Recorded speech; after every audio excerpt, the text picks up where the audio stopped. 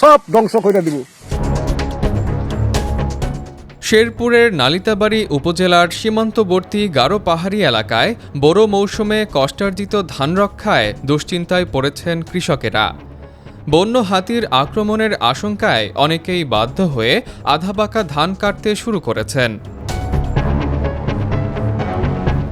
উপজেলার রামচন্দ্রকুড়া, নয়াবিল ও পোড়াগাঁও ইউনিয়নের বিস্তীর্ণ পাহাড়ি অঞ্চলে এবার বোরো ধানের আবাদ হয়েছে।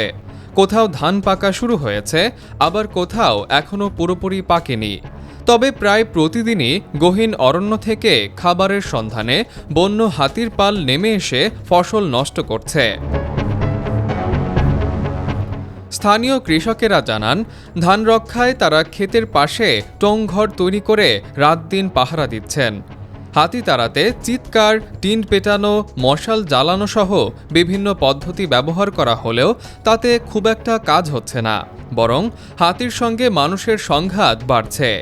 এতে কখনো মানুষ নিহত হচ্ছেন, আবার বিদ্যুৎস্পৃষ্ট হয়ে হাতিও মারা যাচ্ছে।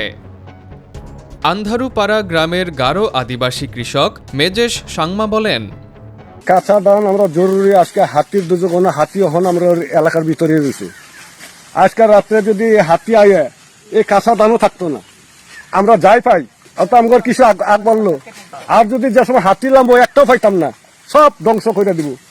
হাতি গতকাল সন্ধ্যার সময় হাতি লামছে, আজকে সারা রাত হাতি, সারা রাত এই থঙ্গে ওই থঙ্গে ওই থঙ্গে, হাতির জন্য সারা রাত ওই থঙ্গে সারা রাত।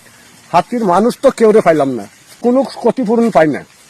কাগজপত্র তো যার ক্ষেত মালিক তাদের হাতে, আমাদের জন্য তো দেন, আমরা নিজেও যাইও না, কইও না, যা আমার ক্ষতি হয়েছে, খাইলে খাইছেই।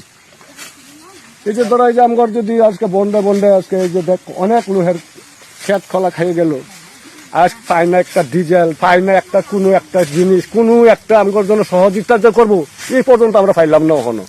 দাউধারা গ্রামের আরেক কৃষক বলেন, ক্ষয়ক্ষতির তুলনায় ক্ষতিপূরণ খুবই কম, অনেক সময় দীর্ঘদিন পর তা পাওয়া যায়।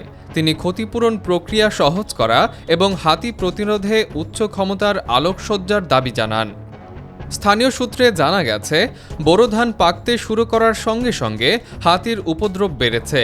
অনেক ক্ষেত্রে ফসল পুরোপুরি পাকার আগেই হাতির আক্রমণে নষ্ট হয়ে যাওয়ার আশঙ্কায় কৃষকেরা আগেভাগেই ধান কেটে ফেলছেন। এই হাতি লাগিয়ে দাং আপনাছি দিনে জ্বালা, আমরা কৃষক সন্ধ্যার দিকে আছে, আবার রাতেও আছে। এক কাটা মারি এগ্রিমেন্ট নিচ্ছি, তারপর আমাকে হাতিয়ে খায় আসতেছে, কোনো করা হয় না, একে এরকম তাকে খায় লাগছিল। এ বিষয়ে ময়মনসিংহ বন বিভাগের মধুটিলা ফরেস্ট রেঞ্জ কর্মকর্তা মোহাম্মদ দেওয়ান আলী বলেন, বন্য হাতির আক্রমণে ক্ষতিগ্রস্ত কৃষকদের ক্ষতিপূরণ দেওয়া হচ্ছে, পাশাপাশি মানুষ ও হাতির সহাবস্থান নিশ্চিত করতে সচেতনতামূলক কার্যক্রম চালানো হচ্ছে। তিনি আরও জানান, ক্ষতিপূরণ প্রক্রিয়া সহজ করার বিষয়টি ঊর্ধ্বতন কর্তৃপক্ষকে জানানো হয়েছে। দীর্ঘদিন ধরে চলা এই মানব হাতি সংঘাতের স্থায়ী সমাধান না হওয়ায় সীমান্তবর্তী এলাকার কৃষকেরা চরম অনিশ্চয়তায় দিন কাটাচ্ছেন।